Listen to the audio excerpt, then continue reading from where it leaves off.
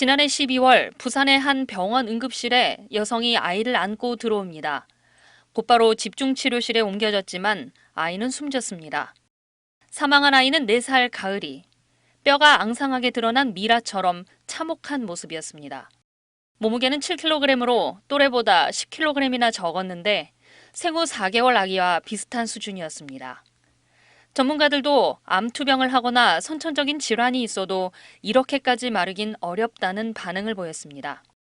정작 가을이의 사망 원인은 친모 A씨의 폭행이었습니다. 가을이는 두개골이 골절돼 있었고 뇌출혈도 발견됐습니다. 경찰에 긴급 체포된 A씨는 아이가 몰래 과자를 먹어 훈육하다가 머리를 다쳤다며 우발적인 범행을 주장했습니다. 하지만 A씨는 사망 당일 가을이가 발작을 일으켰는데도 별다른 조치를 하지 않은 것으로 드러났습니다. 또 사시 증세를 보이는데도 방치해 사물의 명암만 구별할 수 있을 정도로 심각한 상태였던 것으로 확인됐습니다. A씨는 배고프다고 밥을 달라는 가을이에게 6개월 동안 하루 한 끼, 분유탄 물에 밥을 말아 먹이는 등 학대를 일삼은 것으로 드러났습니다. 검찰은 A씨 모녀와 함께 거주한 B씨 부부도 아동학대 방조와 성매매 강요 등의 혐의로 재판에 넘겼습니다. 남편의 가정폭력에 집을 나온 A씨 모녀는 지난 2020년 9월부터 B씨 부부와 함께 살았습니다. 이들은 A씨에게 성매매를 강요했고 그 수익을 모두 챙겼습니다. A씨에게 지급되는 양육수당도 가로챘습니다.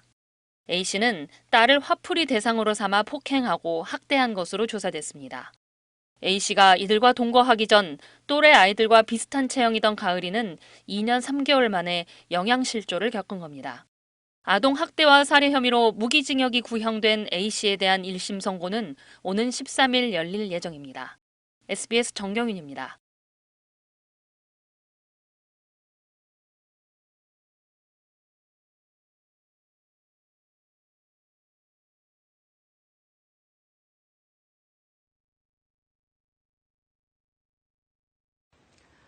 꽃으로도 때리지 말라. 향기로운 꽃으로 때려도 어린이 마음에는 상처가 남는다는 말입니다. 하지만 사랑의 회초리, 또 훈육이라는 의미의 체벌이 암묵적으로 허용돼 왔죠. 체벌은 아동학대의 시작인 경우가 많고 매 몇 대가 참담한 폭력으로 이어지기도 합니다.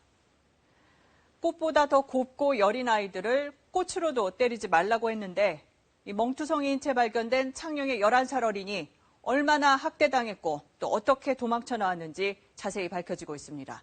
박기원 기자가 취재했습니다. 인적이 드문 외진 시골 주택가. 여기 빌라 꼭대기 4층 집에서 11살 A양은 약 5달 동안 쇠사슬로 묶여 감금당한 채 폭행과 학대에 시달렸습니다. A양은 부모가 집안일을 시킬 때 잠시 사슬을 풀어준 틈을 타 맨발로 가파른 지붕을 가로질러 이웃집으로 넘어갔습니다. 발을 헛디뎠다면 10여 미터 아래로 떨어질 위험이 있었지만 그야말로 목숨을 걸고 집을 뛰쳐나왔습니다. 피해 아동은 부모의 감시가 소홀해진 틈을 타 이 가파른 지붕을 타고 옆집으로 탈출했습니다. 옆집 창문을 열고 집 안으로 들어간 A양은 부엌에 남아있던 컵라면과 음료를 급히 챙겨 먹고 바로 그 집을 나왔습니다. 베란다 문을 열어놨는데 저희가 아무도 없었는데 와가지고 먹고 간 흔적이 있더라고요. 옆집 현관문을 통해 빌라를 빠져나오는 데 성공한 A양은 편도 1차로 시골길을 따라 무작정 달아났습니다. 엄마 아빠 들킬까봐 뒤쪽에 산이 있어요. 그쪽으로 해서 애가 탈출해 나왔대요. 그래야 흙먼지 투성이었어요. 한 주민이 다리를 절뚝거리며 길을 걷던 A양을 차량에 태워 먼저 가까운 편의점으로 데려갔습니다. 아이가 배가 고프다고 말했기 때문입니다. 편의점에 와서도 A양은 누군가에 쫓기듯 불안감에 몸을 떨었습니다. 얼굴은 거의 식별이 불가능할 정도였고 그 애가 막 덜덜 떨면서 여기저기 눈치 보는 상태. 그리고 걷는 게 좀 불편했어요. 먹고 싶은 것을 고르라는 말에 A양은 도시락과 물, 빵, 소시지를 골라 조심스럽게 먹었습니다. A양은 경찰관이 데려다준 아동보호 전문기관에 가서야 그동안 얼마나 심한 학대를 당하고 고통 속에 살아왔는지 터놓았습니다. 부모들이 달궈진 프라이팬과 쇠젓가락으로 손발을 찢었고 물이 가득한 욕조에 밀어넣어 숨을 쉬지 못했다고 말했습니다. A양은 집으로 돌아가기 싫고 학교는 가고 싶다고 말했습니다. 조기 발견 시스템이 있었음에도 불구하고 왜 그동안에 아무도 이 아이에 대해서 발견하지 못했는지 속상하고 안타깝습니다. A양 부모는 법원이 자녀들에 대한 임시 보호 명령을 내리자 자해소동을 벌여 병원에서 치료를 받고 있습니다. KBS 뉴스 박기원입니다.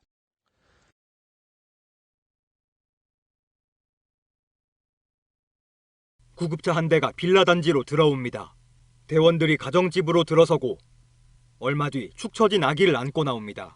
지난달 23일 경기 포천의 한 빌라에서 아기가 밥을 먹다 숨을 쉬지 않는다는 신고가 접수됐습니다. 아기는 이곳에서 약 15km 떨어진 병원으로 옮겨져 치료를 받았지만 신고 6시간 만에 숨졌습니다. 국과수 부검 결과 아기의 사망 원인은 갈비뼈 골절, 간 파열 등으로 인한 외상성 쇼크로 확인됐습니다. 친모와 계부는 아동학대 살해 혐의로 검찰에 구속 송치됐습니다. 혐의 부인하시나요? 아기가 사망할 거라 생각 못하셨어요? 이들은 경찰 조사에서 서로에게 책임을 떠넘겼습니다. 친모는 계부가 친자식이 아니라며 손바닥과 효자손으로 때리고 밀어 넘어뜨렸다고, 계부는 친모가 훈육한다며 엉덩이와 발바닥을 때렸다고 진술했습니다. 경찰은 아기가 지난 9월부터 석 달 동안 학대를 당했고 병원 진료 기록도 없었다고 밝혔습니다. 어린이집 선생님도 아기 몸에 있는 멍 사진을 찍으며 학대를 의심했지만 넘어진 거라는 친모의 말을 듣고 신고하지 않았습니다. 경찰은 지자체에 해당 어린이집을 아동학대처벌법상 신고 의무 위반으로 행정처분해줄 것을 요청했습니다. KBS 뉴스 추재훈입니다.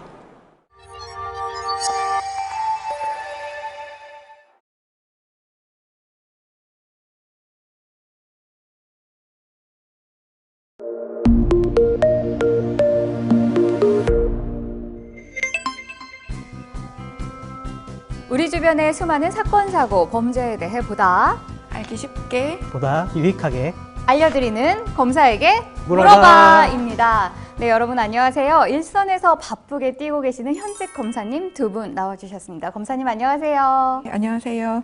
네, 저는 서울 남부지검 김정아 검사입니다. 네, 저는 김정아 검사님과 함께 아동학대 사건을 담당하고 있는 정성용 검사입니다. 네, 두 분 서울 남부지검에서 같이 근무하고 계신데 팀워크 어떠세요? 네, 저희 서울 남부지검은 여성 아동범죄조사부대에 그 아동학대 가정폭력 전담팀을 구성했고 저와 정성윤 검사가 함께 아동학대 사건을 전담하고 있습니다. 네, 김정아 선배님과 함께 많이 배우면서 즐겁게 일하고 있습니다. 네, 두 분을 모신 이유 바로 오늘의 주제 때문인데요. 그 피해자가 무방비 상태의 아이들이라는 점에서 더 심각한 범죄, 바로 아동학대입니다.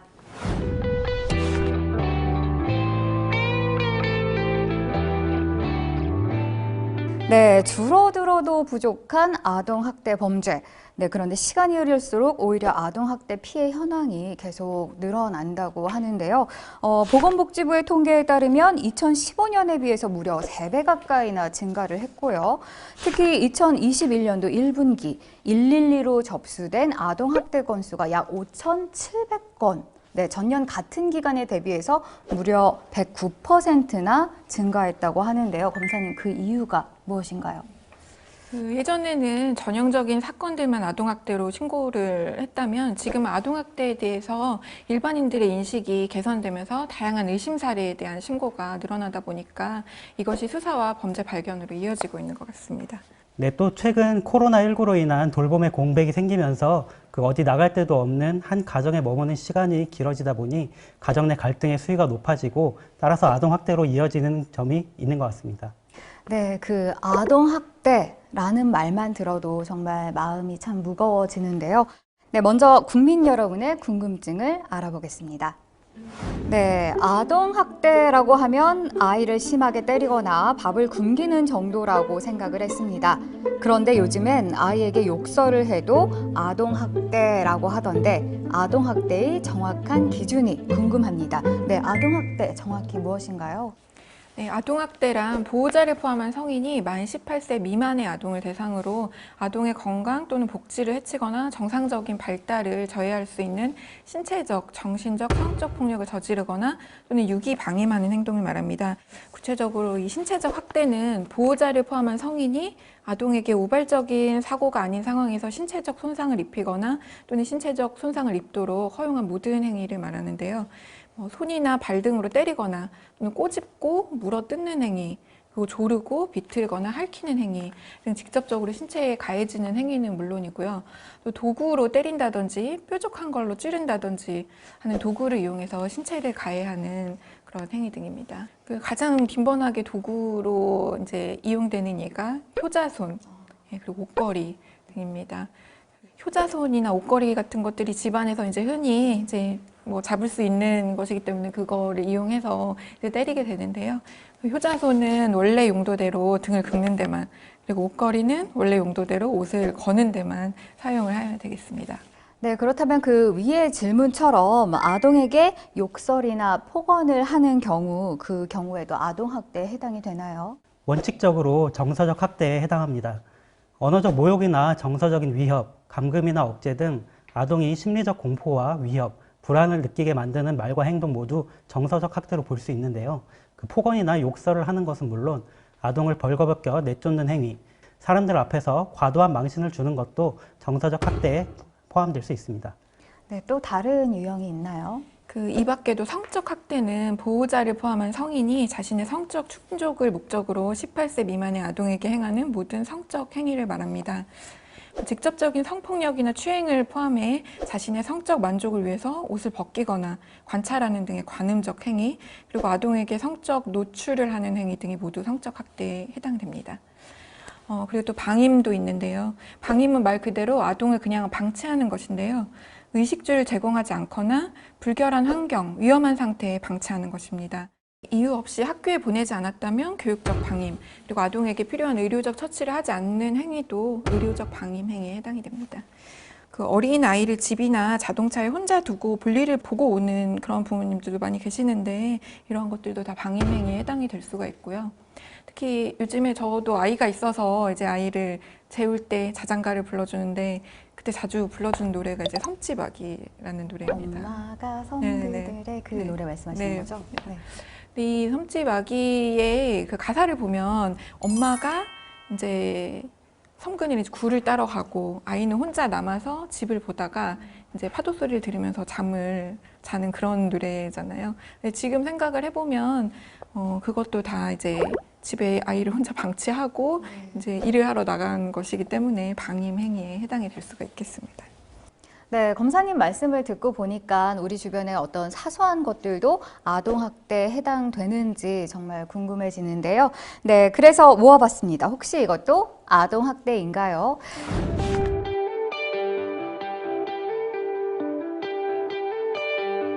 네, 제가 사례를 들려드릴 텐데 사례를 듣고 아동학대가 맞다 생각하시면 앞에 있는 팻말에서 O를 들어주시면 되고요. 틀리다라고 생각하시면 X를 들어주시면 되겠습니다. 네, 첫 번째입니다. 아빠가 술을 자주 드시는데 술만 마시면 잠을 못 자게 해요. 저랑 동생을 앉혀놓고 계속 했던 말을 또 하면서 새벽까지 잠을 못 자게 합니다. 라는 사례예요. 네, 16살 중학생의 사례인데요. 자, 하나, 둘, 셋 들어주세요. 네, 두 검사님 모두 O를 들어주셨습니다. 설명 좀 부탁드릴게요. 어린 아이들을 새벽까지 잠을 자지 못하게 하는 행위는 앞에서 말씀드린 정서적 학대 행위에 해당할 수가 있습니다. 특히 이 사례에서는 아빠가 술만 마시면 잠을 못 자게 한다라고 해서 그 행위를 반복적으로 했다라는 것을 알 수가 있고, 그리고 이게 잠을 자고 싶은데 잠을 못 자는 것 자체가 너무 고통스럽잖아요. 그거 자체로 정서적 학대에 해당한다고 볼 수 있습니다. 네, 다음에는 5살 아이를 기르는 엄마의 이야기입니다.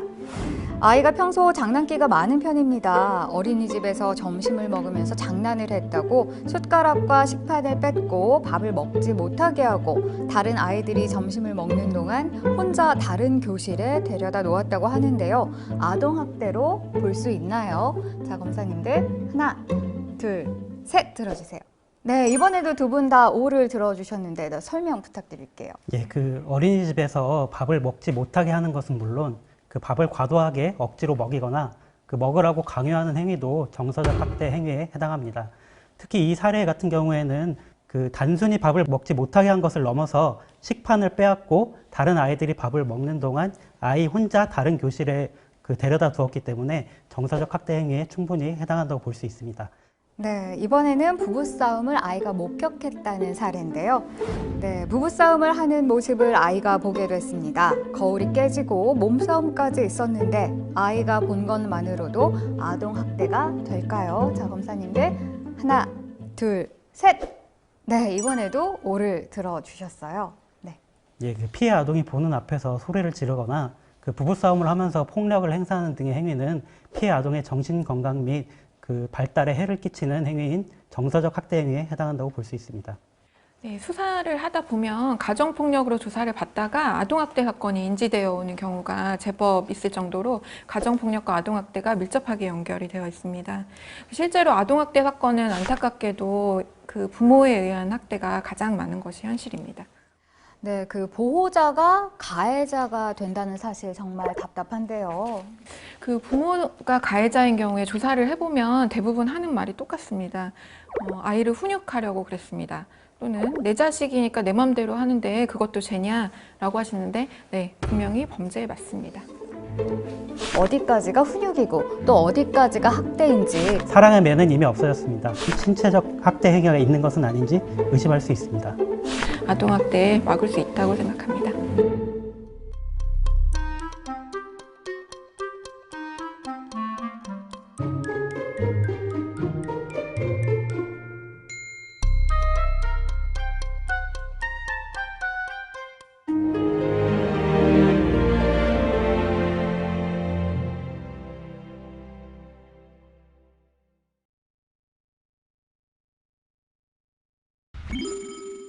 엄마의 체벌 인증샷입니다. 자, 오늘 SNS에서 내내 논란이 되고 있는데요. 사진으로 만나보시죠. 자, 두 아이의 엄마가 올린 글입니다. 기억하고 기억하자. 엄마한테 거짓말하고 친구랑 놀고 엄마 전화 막 뚝뚝 끊고 거짓말하고 또 거짓말로 둘러대고 누가 그런 못된 걸 가르쳤니 종아리태 하며 올린 사진 속 아이들 다리에는 검붉은 피멍 자국이 빽빽. 다리만 봐도 유치원 혹은 초등생인데요.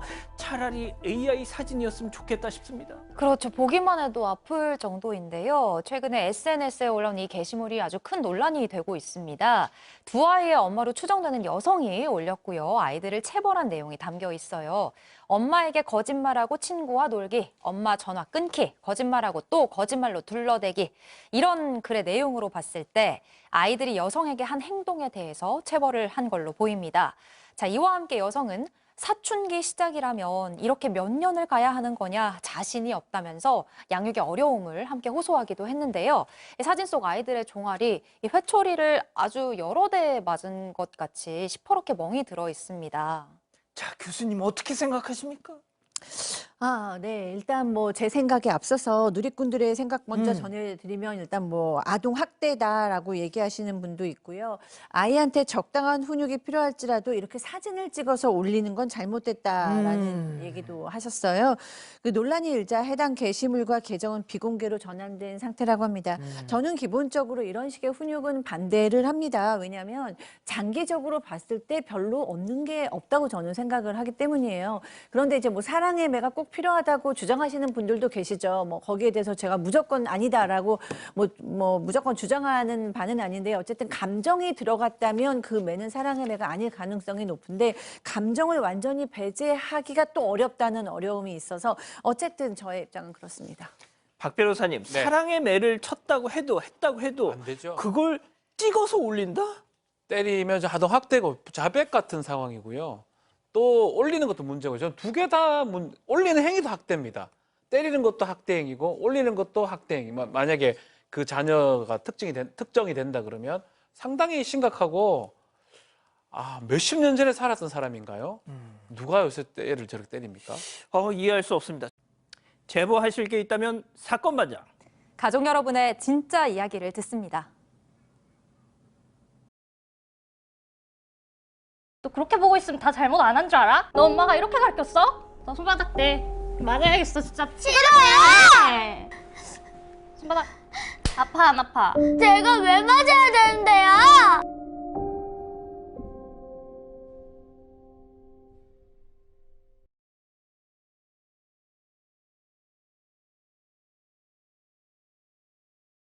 수업 시간에 준비물을 챙겨오라고 하셨는데 그걸 챙겨오지 못해서 폭행을 당한 적이 있었어요. 뺨을 막 맞고 뭐 발로 차이고 엄청 불만도 많고 무섭고 했는데 그게 반항을 할 수 있는 상황도 아니었고 선생님들한테 이건 아니지 않냐라고 말을 해도 통할 상황도 아니었고 오빠가 잘못했던 일인데 이걸 믿어주질 않고 종아리를 맞았었는데 그때 너무 아프게 맞아가지고 한동안 걸어 다니는 게 힘들었거든요. 부모님 몰래 학원에 빠진 적이 있어요. 전화가 오신 거예요. 어디냐. 그래서 들키면 안 되니까 일단 학원이라고 했는데 하필 또 그날 학원이 문을 닫은 날이었어서 어쩌다 그걸 보게 되셨나 봐요. 집 밑에 도착을 했는데 나와 계시길래 엄마가 그래서 엄마 이렇게 하고 갔는데 그날 바로 이렇게 뺨을 맞았어요. 왜 엄마를 가지고 노냐, 왜 거짓말을 하냐. 그 체벌로 인해서 얻은 거라고 하면은 트라우마라는 게 생길 수가 있었을 것 같습니다. 계속 억울한 상태에 좀 반항기가 생기고 큰 상처로 남게 된 것 같아서 엄마에 대한 원망? 꼭 이렇게까지 해야 하나?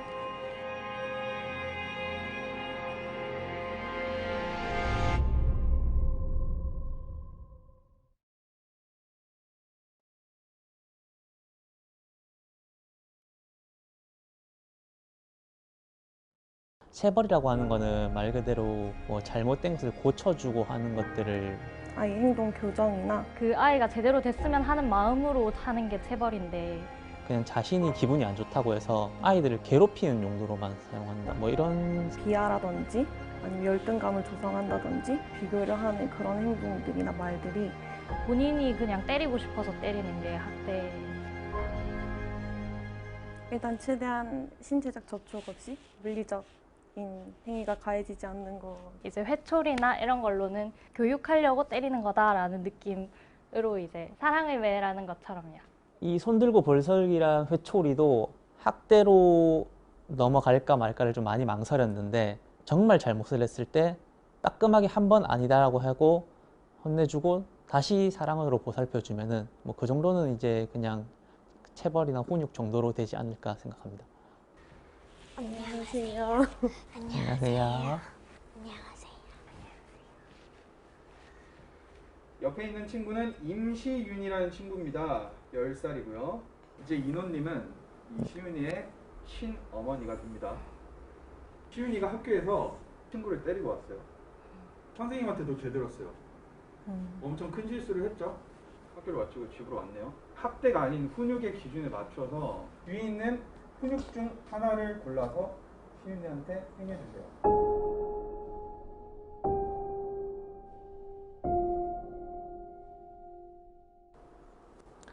선생님 말 왜 안 들었어? 빨리 손 들고 서 있어. 말로 얘기할 수 있는데 꼭 이렇게 손들어라고 하고 그런 게 조금 폭력적인 것 같아요. 혹시 엄마한테 먼저 해줄 말 있을까?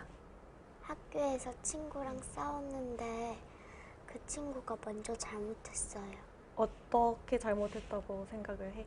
엄마가 사주신 그 필통 있잖아요.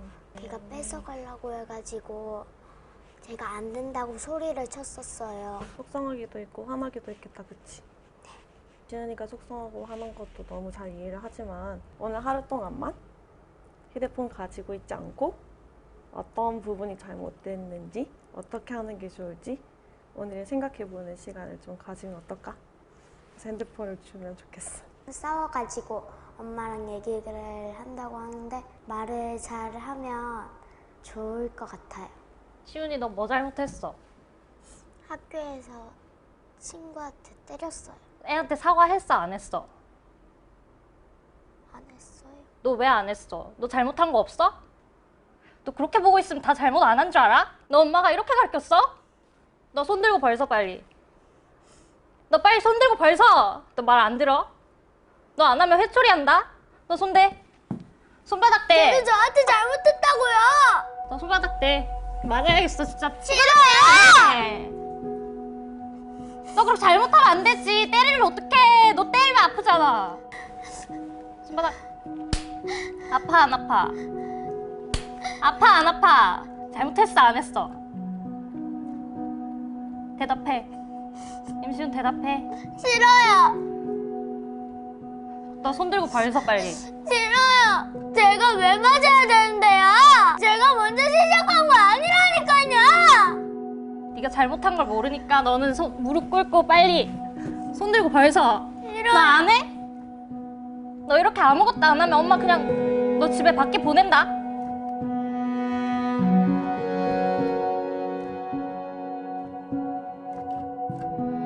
시윤이가 생각했을 때 이거는 훈육이고 이거는 학대다 하는 거 위에 붙여볼까?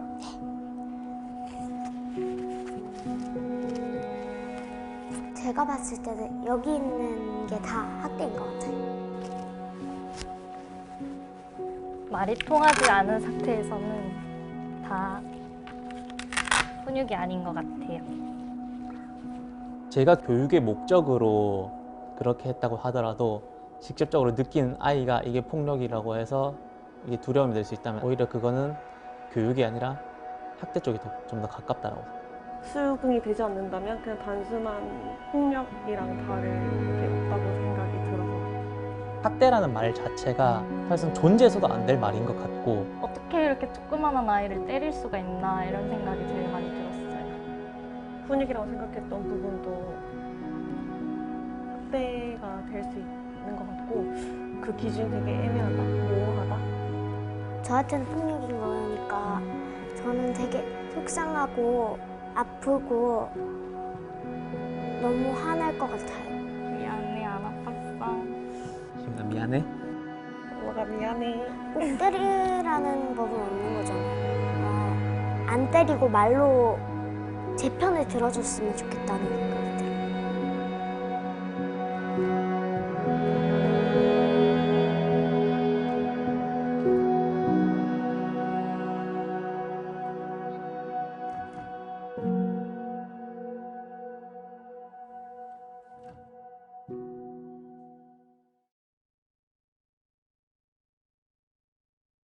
나 생선 안 먹어.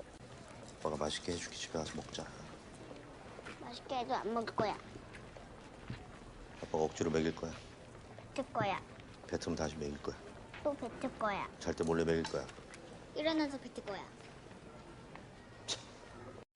진실의 방으로. 이게 뭐니까? 야, 똑바로 앉아, 똑바로.